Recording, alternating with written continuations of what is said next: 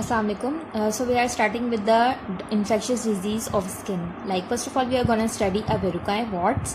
We कहते हैं उसे verruca is a squamous proliferative disorder caused by human papilloma virus. So HPV is short form for it. Like viral, it is a virus that causes the skin infection, which include the squamous cell like keratinocytes proliferation. इसके अलावा it effects the children and adolescents यानी बच्चों और बड़ों both में equally effect करता है. इसके अलावा ये किसी भी एज ग्रुप में हो सकता है. It's not like but commonly जो है वो चिल्ड्रन और एडोलेसेंट्स में. ये एक डिज़ीज़ है जो कि सेल्फ लिमिटिंग है. इसका मतलब ये कि अगर कोई शख्स जो है इलाज करवाने ना भी चाहे तो 2 से 6 महीने के दरमियान जो है ये डिज़ीज़ खुद ब खुद डिज़ॉल्व हो जाएगी, ख़त्म हो जाएगी अगर एक पर्टिकुलर स्पेस में है. लेकिन अगर फैमिली मेम्बर्स में कांटेक्ट है like the husband to wife और ब्रदर सिस्टर्स लाइक अम्मा बाप माँ बाप बहन भाई आपस में एक दूसरे को ट्रांसमिट कर सकते हैं डिजीज़, बिकॉज इसकी ट्रांसमिशन जो है वो स्किन टू स्किन कांटेक्ट है.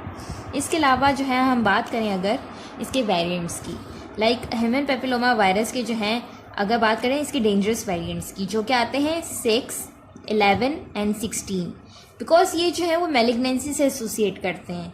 हम कह सकते हैं कि एनोजेनाइटल इन्फेक्शंस अगर ये वायरस करवाएं human papilloma virus 6, 11 and 16 variant के, तो ये जो है वो उसको कार्सिनोमा की तरफ ले जा सकते हैं. इसके अलावा जो नॉन डेंजरस वेरिएंट्स हैं जिसके अंदर हमारे पास आते हैं 5 एंड 8, तो ये भी जो है मेलिग्नेंसी करवा सकते हैं, पर इसका डेंजरस और ख़तरा इतना ज़्यादा नहीं है like we have for 6, 11 and 16. So what's the reason behind it कि ह्यूमन पेपिलोमा वायरस जो है वो E6 प्रोटीन प्रोड्यूस करता है. अब E6 प्रोटीन जो है वो P53 which is a tumour suppressor gene उसको इनिबिट कर देता है. तो तब इनिबिट कर ज़रूरी नहीं है कि सारे वेरिएंट्स ऑफ E6 जो है वो P53 ट्यूमर सप्रेसर जीन को इनिबिट करें.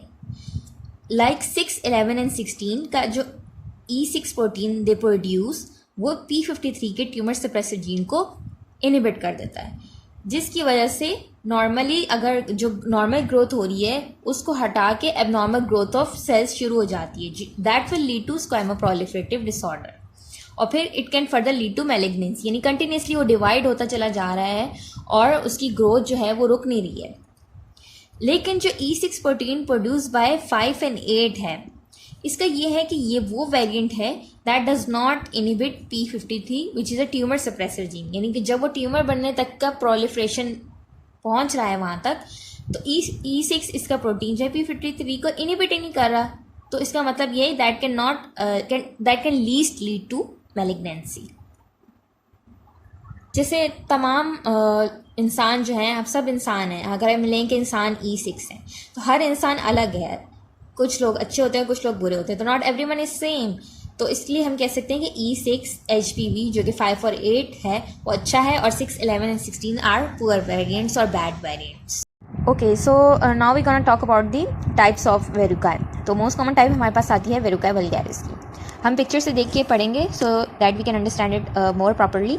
मोस्टली वेरुकाई वल्गैरिस जो होती है ना आपकी, वो डॉर्सम ऑफ हैंड और बिटवीन द फिंगर्स, जिसे अंगम का area like periungual areas between the fingers here and on the dorsum of hand most commonly it can be found. तो colour mostly grey white to tan है. यहाँ पे हमें क्या फील हो रहा है, पिंकिश लाइट पिंक टाइप का. तो tan and grey colour mix together to form this type of colour. And उसकी वजह ये है सॉफ्ट एंड इसका पैप्यूल, यानी कि अगर रेज्ड रीजन जो कि 1 सेंटीमीटर तक होती है और वो रेज्ड होती है तो उसे हम पैप्यूल कहते हैं. अगर ये फ्लैट होती तो हम इसे मैक्यूल कहते हैं. तो यहाँ पे ये रेज्ड है और इसका पेबल लाइक यानी कि छोटे छोटे पत्थर होते हैं नरम से, उसके तरह का दिख रहा है ये हमें. Okay, the next is verrucae plana which is also known as flat what.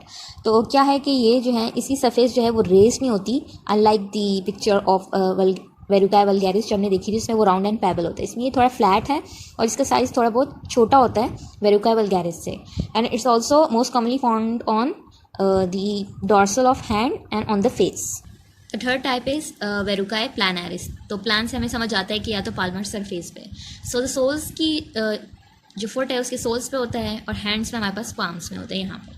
So on the souls ये बहुत छोटे होते हैं 1 to 2 centimetre, but they can college together, यानी कि सब एक साथ फ्यूज़ हो जाते हैं और एक बड़ा सा फॉर्म कर लेते हैं callus type. Okay, the fourth one is condylomata acuminatum. That is also known as venereal wart, यानी कि that is present in genital areas, urethra, penis, rectum. So it's called as, it's a cauliflower like गोभी के पत्तों की तरह, जो कि गोभी के फूल होते हैं जब हम बनाते हैं. तो इट सीम्स लाइक दिस.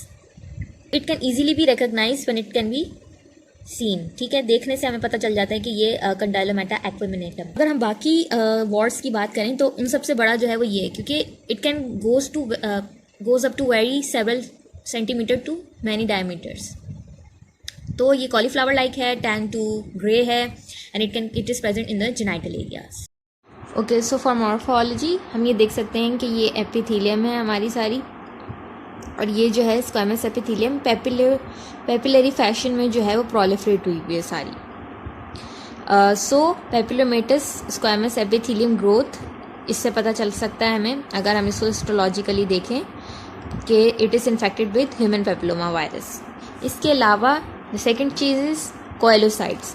अब कोएलोसाइट्स क्या होते हैं कि एक सेल है फॉर सपोज लाइक दिस, और उसके अंदर न्यूक्लियस जो है वो एक्सेंट्रिक पोजीशन में है with irregular border, and it is hyper pigmented like this. और यहाँ पे जो स्पेस है वो खाली है. It's like a cytoplasmic vacuole. So this cell is called as कोएलोसाइट्स,